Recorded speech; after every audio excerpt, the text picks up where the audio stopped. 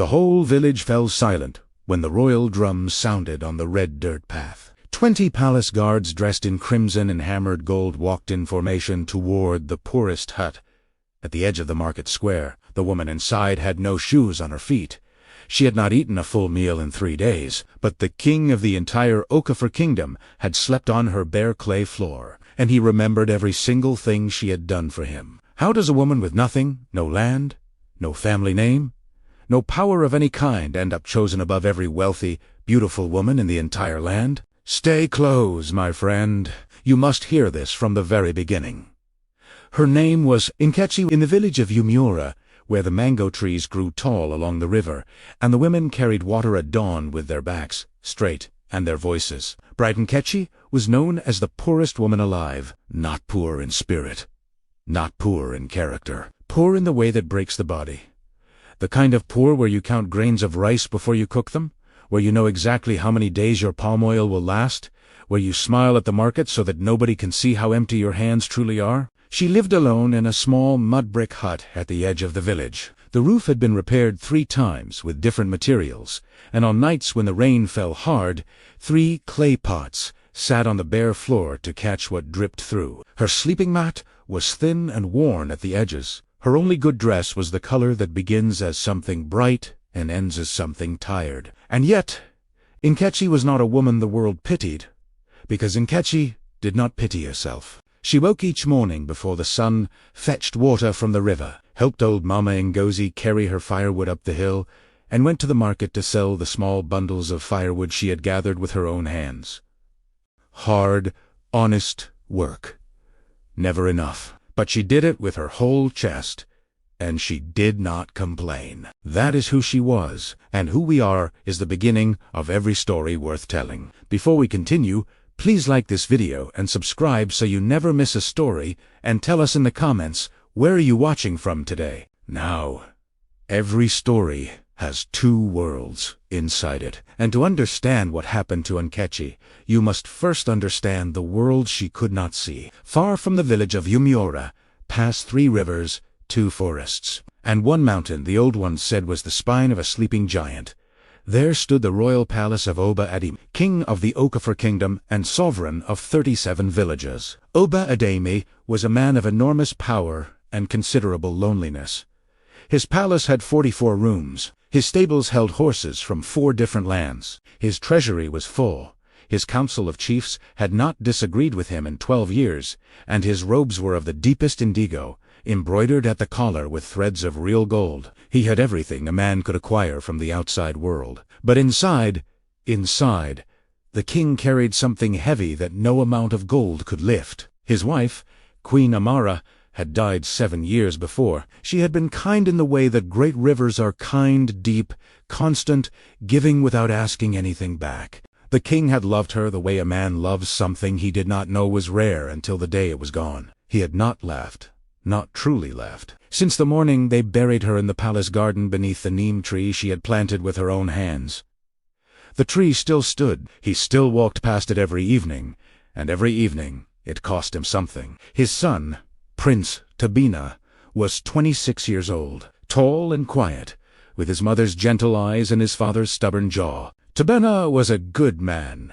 He worked beside his father in the council chamber. He listened more than he spoke, and he had never once abused the power of his name. But he had not found a woman he wished to build a life with. And the king, who was growing older and felt it in his knees every cold morning, had begun to worry. He had watched the young women presented to Tabina by their wealthy, ambitious families. He had seen their beauty, their manners, their jewelry, their polished speeches, and he had seen, behind all of it, the hunger for a palace title, the calculation behind every smile. Every kindness offered to the prince was a transaction. Every woman was performing. He wanted something else for his son. He wanted what he himself had once found, by accident, a woman whose goodness was not a performance. And so Aba Ademi made a decision that his council of chiefs called foolish and dangerous, and beneath his dignity. He would travel in disguise, old, ragged, apparently helpless, and he would watch. He would test the hearts of ordinary people. He would find the woman who did not know she was being tested. He had heard of a village, a simple place. Honest people, it was said. He would begin there. He told no one except his most trusted guard, a silent man named Kola, who would follow at a distance and watch without being seen. And so the king of the Okafor kingdom left his palace without his robes, without his title, without his guards, nothing but the heart of a man who had once loved a good woman and wanted that goodness again for his son. But here is what should make you pause. My friend, the first night the king entered Umuora, something happened that nobody expected, not even the king himself. He collapsed. Not as part of the performance, not as a test. He truly collapsed, right there on the red dirt path, at the edge of the market, in the dust, in the falling dark of evening, with the smell of cooking fires all around him and not a single person stopping to help. Not one single person. Until Nkechi came home from the market with empty hands and saw him lying there. She almost walked past him. She would not lie about that later. She was tired. She was hungry. She had sold only 2 small bundles of firewood that entire day, and the coin she carried was barely enough for tomorrow's grain. Her feet ached. Her back ached. The world had been heavy all day, and she had carried it without complaint, and now she was almost home. But then she heard him breathe. It was a broken sound, a sound a person makes when the body is too tired to make a full sound, a small, struggling, honest sound. And something in Nkechi's chest turned over. She knelt beside him, in the dust. He was old, truly old, with deep lines cut into his face like a map of long years, and white hair at his temples, and hands that trembled even in unconsciousness. His clothes were poor, just an old man who had come to the end of his strength somewhere on a dirt path. "Old father," she said softly, pressing her palm to his arm. "Old father, can you hear me?"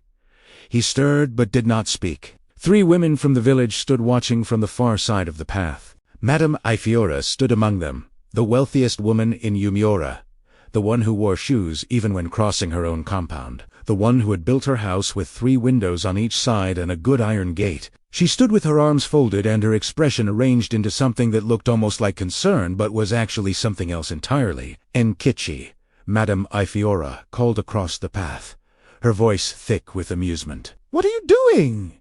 Leave that man! He is not your business. He needs help," Nkechi said simply. "He is a beggar." Madame Ifiora's lips curved in the way a person's lips curve when they are not smiling but want to appear as though they are. "What will you do for him? Feed him from your empty pot?"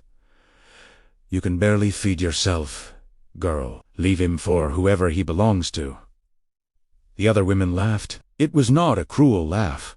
Exactly. It was the kind of laugh that comes from people who have decided that hardness is wisdom, that a closed heart is a smart heart. Nkechi did not answer them. She put her arms under the old man's arms, and slowly, with effort that showed in her face and in the set of her jaw, she helped him to his feet.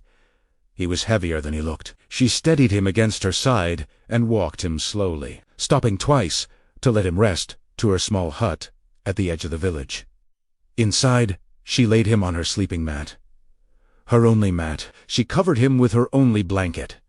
She did not have extra. Then she went to her cooking pot. She had 1 cup of ground grain left. 1 cup.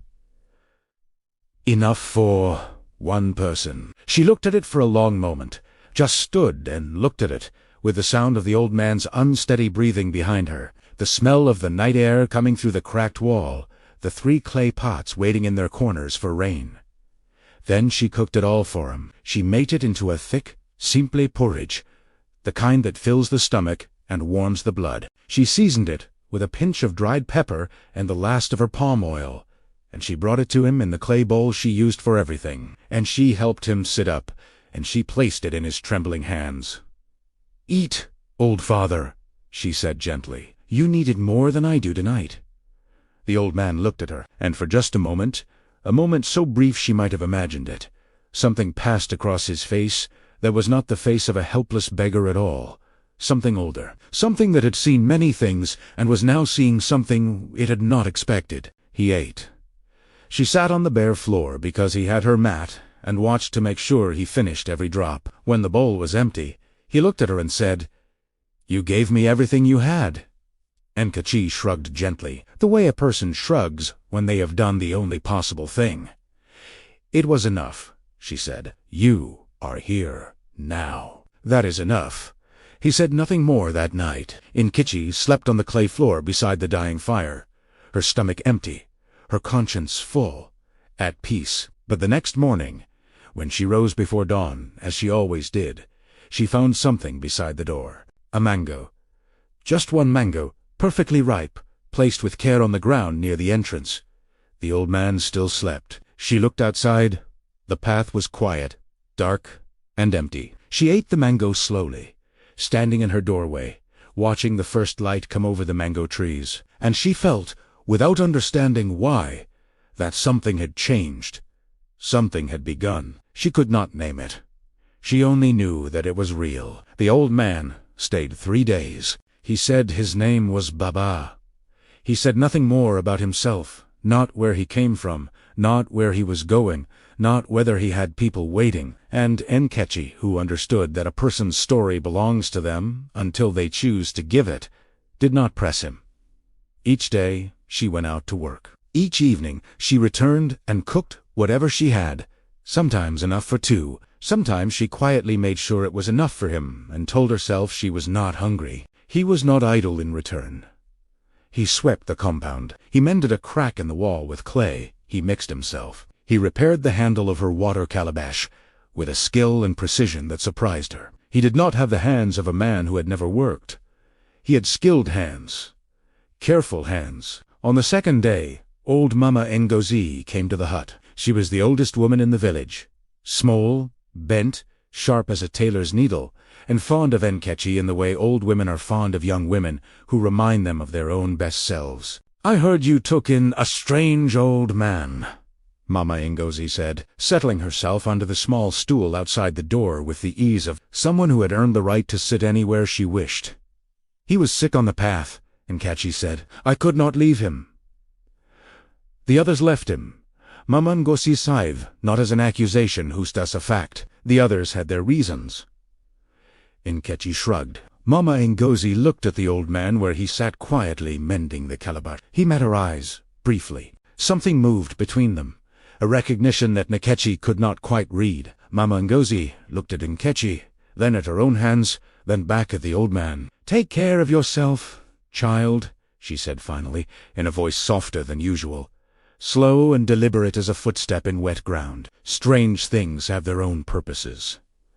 She left. Enkechi turned the old woman's words over in her mind all evening like a smooth stone in her palm. Meanwhile, across the village, in the white house, with 3 windows on each side and a good iron gate, Madame Ifiora was not resting. Madame Ifiora had one great ambition in her life, and it sat on her chest every morning like a stone she had chosen to carry. Her daughter, Adès, was beautiful. There was no question of that. Tall, graceful, with the posture of someone who had been told all her life that she was exceptional. Adès moved through the village like a woman already expecting a throne, and Madame Ifiora intended to secure her one. For months she had been spreading careful words. She had a cousin who worked near the palace. She said she had connections. She knew things. She had heard, she told everyone who would listen, that the king was searching for a wife for Prince Tabena. The prince himself would be traveling through the villages soon. He would be looking.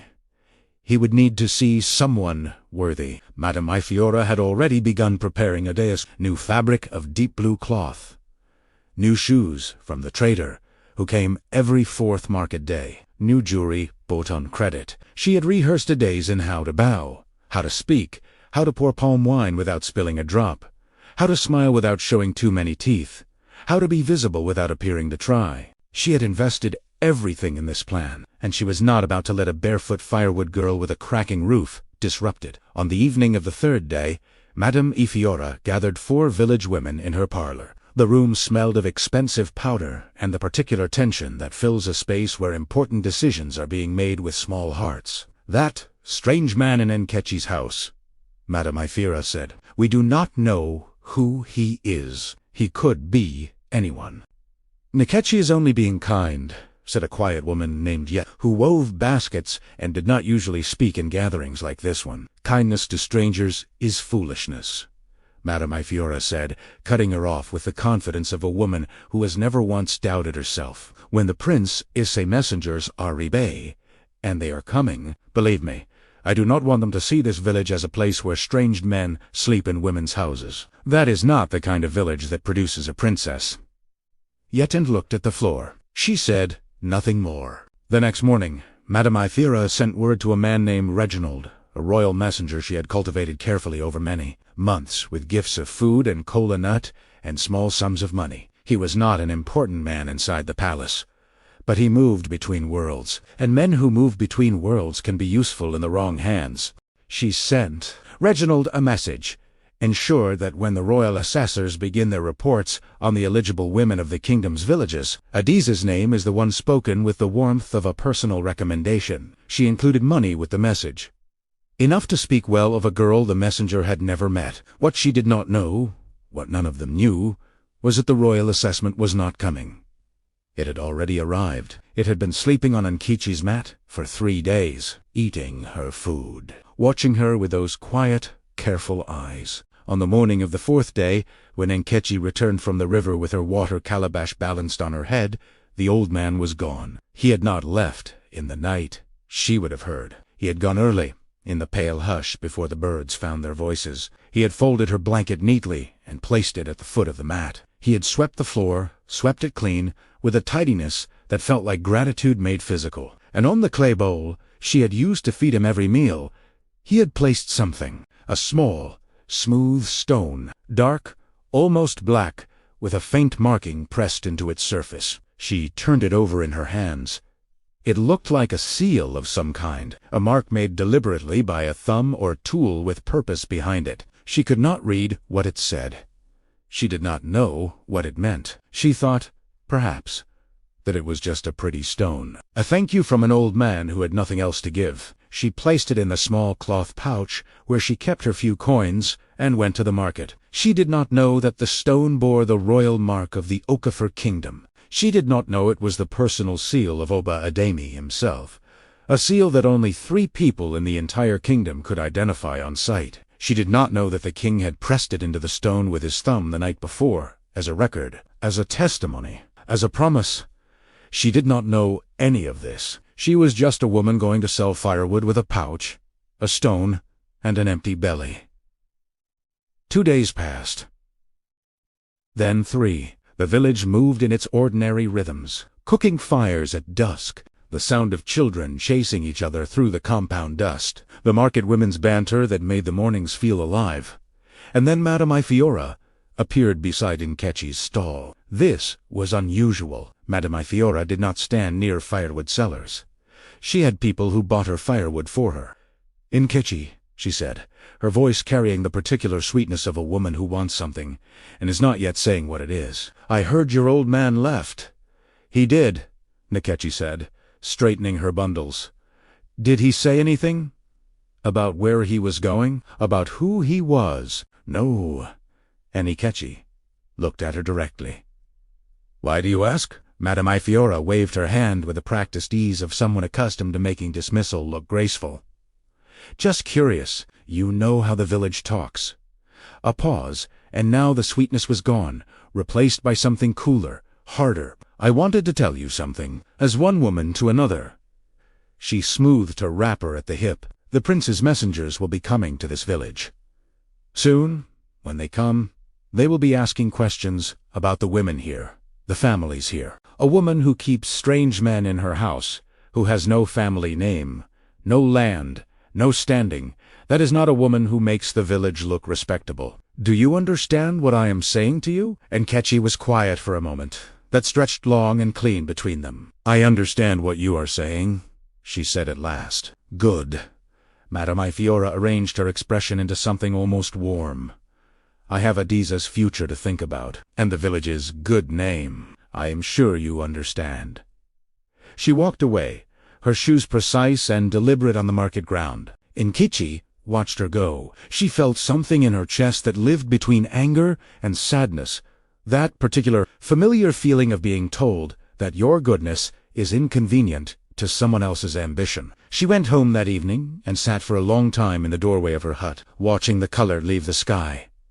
Gold to orange, to a deep bruised purple, to the dark blue of night. She thought about the old man. She thought about the stone. She thought about how the village had laughed when she helped him from the ground, and how she had slept on the floor 3 nights so he would not have to, and how she had felt no shame in any of it. She thought, I did the right thing. I know I did, and that will have to be enough. But she was wrong about one thing. It would not just be enough. It happened on the 7th day after Baba left. Nkechi was in her compound, bundling firewood for the next morning's market, when she heard them. Drums, royal drums, a sound she had never heard live. Only in the stories the old ones told at firelight, a deep, rolling, purposeful sound that moved through the earth before it moved through the air, that you felt in your chest before you heard it in your ears. She stood up slowly, looked toward the path. The whole village had stopped. Every cooking fire, every conversation, every argument at the water well. Everything stopped. 20 guards in crimson and hammered gold walked in perfect formation down the red dirt path of Behind them, mounted on a horse of deep brown, rode a man in indigo robes, calm, upright, still as a man who has never needed to prove anything to anyone. Behind him, more guards, and at the very rear, a palanquin of carved wood and red cloth, moving with the measured rhythm of 8 strong men. They stopped at the edge of the village, and then the tallest guard, the one with the bearing of a man accustomed to speaking for power, raised his staff and called out in a voice that reached every corner of, "Is there a woman named Nkechi in this village?" The silence that followed had a sound of its own, the sound of an entire world holding its breath. Madame Ifiora, who had been standing near her gate in the beautiful deep blue wrapper she had put on that morning in anticipation of exactly this kind of occasion, went very still. Her jaw was tight, her hands pressed flat against the fabric at her sides. Every head turned toward the edge of the village, toward the small hut with the cracked roof. Nkechi was standing in her doorway, still holding a bundle of firewood, still in her honest, tired dress, still without shoes on her feet. She raised her hands slowly. "I am Nkechi," she said. What happened next would be told and retold in the village of Yumiura for 3 generations. The guards parted, the man on the brown horse dismounted, and Oba Adegemi, king of the Okafor kingdom, sovereign of 37 Byakhas, walked across the red dirt path directly toward Nkechi's hut. He walked past Madame Ifiora's gate without a single glance in its direction. He stopped before Nkechi. He looked at her face for a long, quiet moment. Then, in front of the entire assembled village, every woman, every man, every child, old enough to remember this day for the rest of their life, he placed one hand over his heart and bowed his head. "You do not recognize me," he said. It was not a question. Nkechi looked at him carefully. She looked at his robes, at his face, at the dignified stillness of him. Then she looked at his hands. Skilled hands, careful hands, the hands that had mended her calabash. "Baba!" she whispered. "Baba!" he confirmed, with the faintest smile. "That is what I was when I was here, and you treated Baba as though he were the most important person in your home." Nkechi's mouth opened. No words came out. The bundle of firewood slipped slowly from her fingers. "You gave me your mat?" The king sighed. His voice was steady, but something in it was not. "You gave me your blanket. You gave me your last food. You sat on the floor 3 nights so I would not have to. And when I offered you nothing, when I could give you nothing, you did not ask for anything. You did not complain. You did not announce your kindness to anyone. You simply did what the truly good do, the right thing. Because it was the right thing." He paused. A bird called somewhere above the river. In the silence of the village, it sounded like a proclamation. "I came to these villages," the king continued, "to find a woman of good heart for my son, Prince Tabena. I visited 14 villages before this one. In 14 compounds, I was offered food and shelter and comfort, but always with watching eyes, always with the quiet question behind every kindness. Who is this man, and what can he give me?" He looked at Nkechi steadily. "You were the first person who did not ask that question. You did not help me because of what I could offer you. You helped me because I needed help. That is a different thing entirely. That is a rare thing. In 14 villages, I did not find it. Here, I found it in the first hour. From the gathered crowd, Madame Ifiora stepped forward. She had recovered enough of herself to arrange her face into something composed, and her voice, when she spoke, was smooth in the way of a woman who has practiced being smooth under pressure. "Your Majesty," she said, "with the greatest respect, I must speak on behalf of the village. Enkichi is a kind girl, yes, but she is a woman of no standing, no family name, no property, no preparation for the life your son would require. My daughter, Adaeus, was not there," the king said quietly. Madame Ifiora stopped mid-sentence. "On the path," he said, his voice gentle but absolute as a closed door. "When I was on the ground, your daughter was not there. You were there, and you told Enkichi to leave me." The silence that followed was a different kind of silence. Heavy, cold as water from a deep well. Madame Ifiora's face changed. She looked at the king. The watching eyes of 30 years of neighbors. "I did not know who you were," she said at last. Her voice had lost its smoothness. "That," said the king, "is exactly the point." Now Enkichi spoke. She had been still this whole time, standing in her doorway, processing, finding the ground beneath her feet. When she spoke, her voice did not waver. "Madame Ifiora," she said, "I want you to know something. When I helped the old man on that path, I did not know he was a king. I would have done the same thing if he had been a beggar with nothing, going nowhere. The help was not for what he was. It was for what he needed." She paused, letting the weight of the words settle. "I hope you can feel the difference between those two things." Madame Ifiora stared at her. A long, unblinking stare. Then she looked at the ground, and in looking at the ground, she let the entire village see what it looks like when a person truly sees themselves for the first time in a long while. "I told Reginald." The words came out of her the way words come out when they have been held too long and have finally grown too heavy to keep. "The royal messenger, I gave him money to speak well of Adaeus in his report to the palace, to say she was the most charitable, most virtuous woman in this village." She swallowed hard. Even though Reginald had never met Adaeus, "I paid for a lie about my own daughter's character." The admission hung in the air, like smoke from a fire that should not have been lit. Yetand Quietand, who wove baskets, and had tried to speak in that parlor and been silenced, stood at the edge of the crowd. She covered her mouth with her hand. Not in shock. In something more complicated. The feeling of watching someone put down. Finally, something far too heavy to have carried alone for so long. The king's chief guard stepped forward. "Your Majesty, the bribery of a royal messenger is an offense under royal law. Know what it is." The king sighed quiet. "Measured, documented. We will address it properly and in full." He looked at Madame Ifiora not with cruelty, but with the steady, level gaze of a man who has seen enough to know exactly what he is seeing. "But today," he said, "is not about consequence. Today is about something else. Entirely." He turned back. "Enkichi, if this story is moving you, subscribe now. The ending will change how you see everything." "Enkichi," he said, "my son Tabena is waiting at the palace. I would like to bring you to him on your own terms, with your own freedom, and with a full knowledge of who you are about to meet. There is no obligation.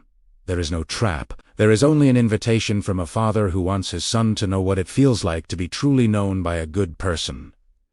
Enkichi looked at him for a long moment. Then she told him, "Let me put on my shoes." And the whole village, some of them laughing, some of them weeping quietly with their hands pressed to their mouths, some of them standing with their eyes open wide and their hearts cracking gently open, watched as Enkichi of the poorest woman in the village, the woman they had laughed at on the path, went inside her small cracked hut. She came back out with her only pair of shoes, thin, worn, kept carefully for special occasions that had not come in a very long time. She put them on her feet. She stood up straight. She looked at the royal palanquin, and then at the king, and then at the road ahead of her, and she walked forward with her back straight, ere head he, and ere heart for the first time in a very long time, completely, perfectly unafraid. The journey to the palace took 2 days by palanquin, 2 days of winding roads through the forest, across 2 rivers, through villages where the sound of royal drums brought people to the sides of the road to watch and wonder. Nkechi sat inside the carved wooden chamber, feeling the gentle sway of motion, watching the world through the slatted sides. Red earth, green trees, blue-gray sky, the smell of damp leaves after recent rain, and the distant, sweet smoke of other people's cooking fires. She had fed an old man. She had given up her mat.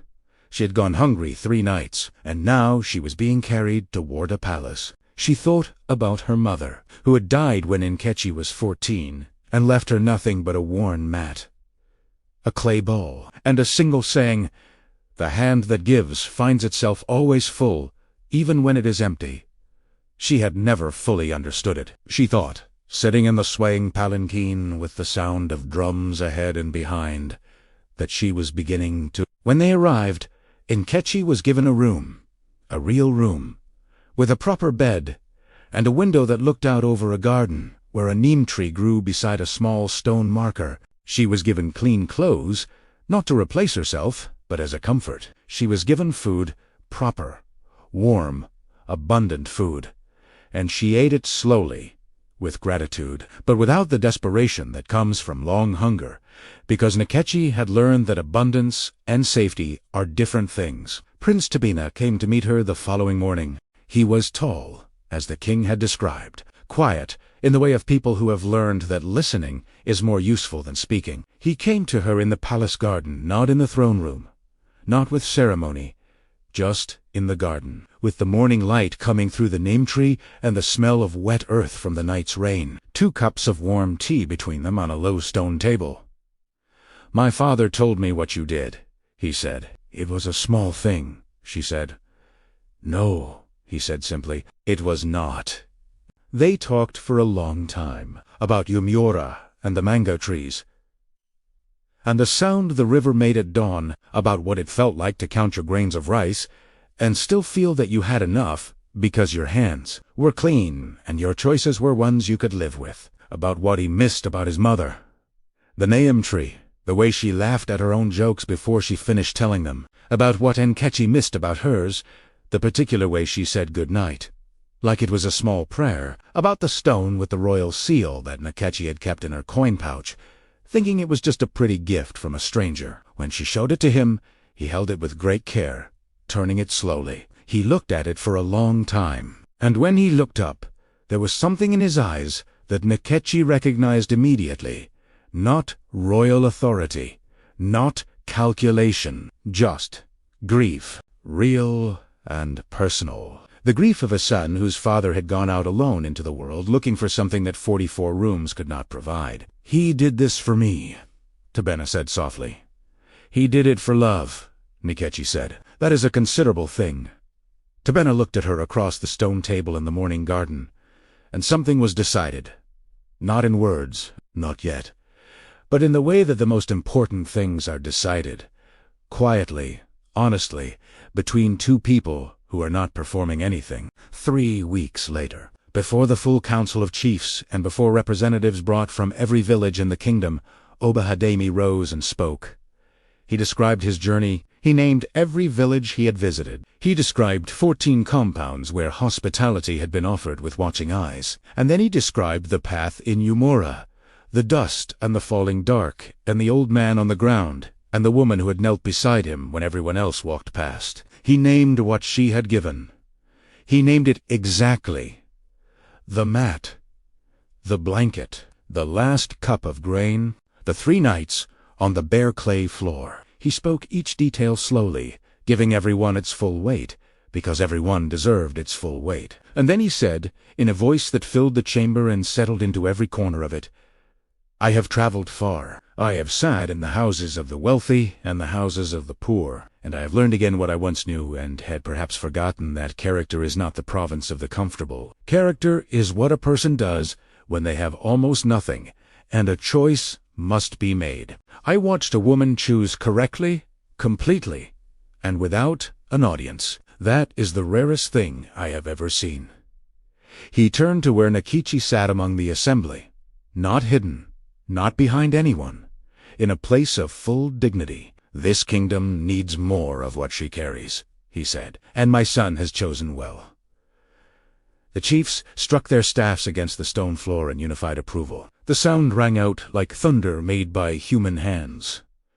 The drums began outside, and in the village of Umuora, where news travels fast and hearts are complicated things, Madame Ifiora sat in her wide house with 3 windows on each side, and heard the drums on the road, and understood what they announced. As for the matter of the bribed messenger, Reginald was formally charged under royal law and lost his position. The money Madame Ifiora had paid him was assessed as a fine, and the fine went directly to the village well fund for repairs that had been needed for 2 seasons. Madame Ifiora herself was not imprisoned. The king believed in consequences proportionate to harm, but she was required to appear before the village council, and there, in front of every person who had watched her walk in her good shoes and hold her chin high for years, she was required to account for what she had done. Every word of it, in public. Out loud. It was, by every account, worse than any imprisonment would have been. An Adais, beautiful, carefully prepared Adais, stood at the edge of the assembly and watched her mother account for herself, and something in her own chest quietly rearranged itself. She was not a bad person. She had been shaped by a bad plan, and for the first time, standing there in the open air with the sound of distant drums, she began to think seriously about who she wanted to be when no one was watching and there was no prince in the room. When the dry season turned and the rains came back to Umuora the following year, the village was different in ways both visible and invisible. The most visible change was this. Nkechi's hut was empty. Empty the way a house is empty when its person has moved somewhere better. The cracked roof, the 3 clay pots, the thin mat, all of it remained, as if the hut itself was holding the memory of what had happened inside it. But Nkechi was not there. She was at the palace, and she was building something real. She had not married in haste. She had taken the time the king offered, months of honest conversations with Tebena, months of learning the palace and learning herself inside new surroundings, asking hard questions and insisting on honest answers. And at the end of all of it, she had said yes, not out of gratitude, not out of wonder, because she had looked at this man across many mornings and believed in who he was, when no one required him to be anything in particular. The wedding ceremony lasted 3 days. It was held partly at the palace and partly at Nkechi's own request at the river in so that the people who had known her before could be part of what came after. Every woman who had laughed on the path came and stood at the river in her best wrapper and felt whatever it is a person feels when they watch history quietly correct itself in front of their eyes. Old Mama Ngozi stood at the front of the gathering and wept without shame, without apology, and said to anyone near her, "I knew, from the first day he was in her house." She had not known exactly, but she had felt something, and sometimes feeling something is enough. Princess Nkesi, as she was now known, did not forget where she had come from, because she understood that where you come from is not a wound to be healed, but a root to be honored. In the first year of her life at the palace, she established a fund for women in the villages of the kingdom who were doing honest work with small resources, not charity investment, loans with terms to be repaid when the business grew, so that dignity and prosperity could travel together. She named the fund after her mother, whose name had been Uchena, which meant the thought of God. She returned to Umuara twice every year. She sat under the mango trees. She ate at Mama Ngozi's fire, and let the old woman tell the same stories she always told, and laughed at the same parts she always laughed at. She brought gifts, but not the kind that make people feel small. She brought seeds. She brought school books. She brought her own presents, which was its own considerable gift. Madame Ifiora became a quieter woman. Not a broken one, but quieter. She still ran her business. She still wore her good shoes. But the public accounting had changed something in the temperature inside her, in the way that being truly seen sometimes changes the people who are most afraid of being seen. She began to speak less and listen more. She began to notice Yetand the basket weaver, quiet Yetand, who had tried to speak and been cut off, and over time, slowly, with the awkwardness of a woman learning a new language late in life, she became something she had not been before: accountable, Not perfect, but trying. Adesa daughter became a school teacher in a village 2 days from you. She married a man who was not wealthy, not powerful, but steady and honest, and made her laugh on ordinary days. On the morning of her wedding, she sent a gift to Princess Nkechi, a small basket woven by Yetin herself, with a note folded inside it that said only, "Thank you for showing us what it looks like." The old man, who had slept on a bare clay floor and eaten porridge from a shared bowl and been covered with a thin blanket by a woman who had almost nothing, added years to his life. He said so himself, and meant it. He laughed again. He sat in the palace garden under the neem tree his wife had planted, and he watched his son walk beside a woman who was good without an audience, and kind without a reason. And the weight that he had carried in his chest since the queen died, the weight that no amount of gold or power had ever lifted, not all the way. Grief does not lift all the way, but enough to breathe, enough to rest. Nkechi kept the stone, the dark, smooth stone with the royal seal pressed into its surface, the one she had thought was just a thank-you gift from a tired old man who had nothing else to give. She kept it in the same small cloth pouch beside her coins, for the rest of her life, not as a souvenir of what she had gained, as a reminder of what had mattered most. 1 cup of grain, 1 shared blanket, 1 choice made when no one was watching and nothing was promised. That was where it all began. Not in the palace, not in the council chamber, not with the drums or the crimson guards or the carved palanquin. It began with a woman kneeling in the dust beside a stranger and asking the only question that has ever truly mattered. "What do you need?" That was the beginning of everything. And so, my friends, here is what this story asks you to carry with you when you leave. The true character of a person is not revealed by what they do when the world is watching. It is revealed by what they do in the dust, in the dark, in the quiet space between what is easy and what is right. Give freely, see clearly, and trust that the world, in its own time and in its own way, keeps its accounts. Thank you, my friends, for sitting with us beneath this great storytelling tree. Subscribe and click the bell so you never miss a story like this one. And watch our next story, right here. It is already waiting for you.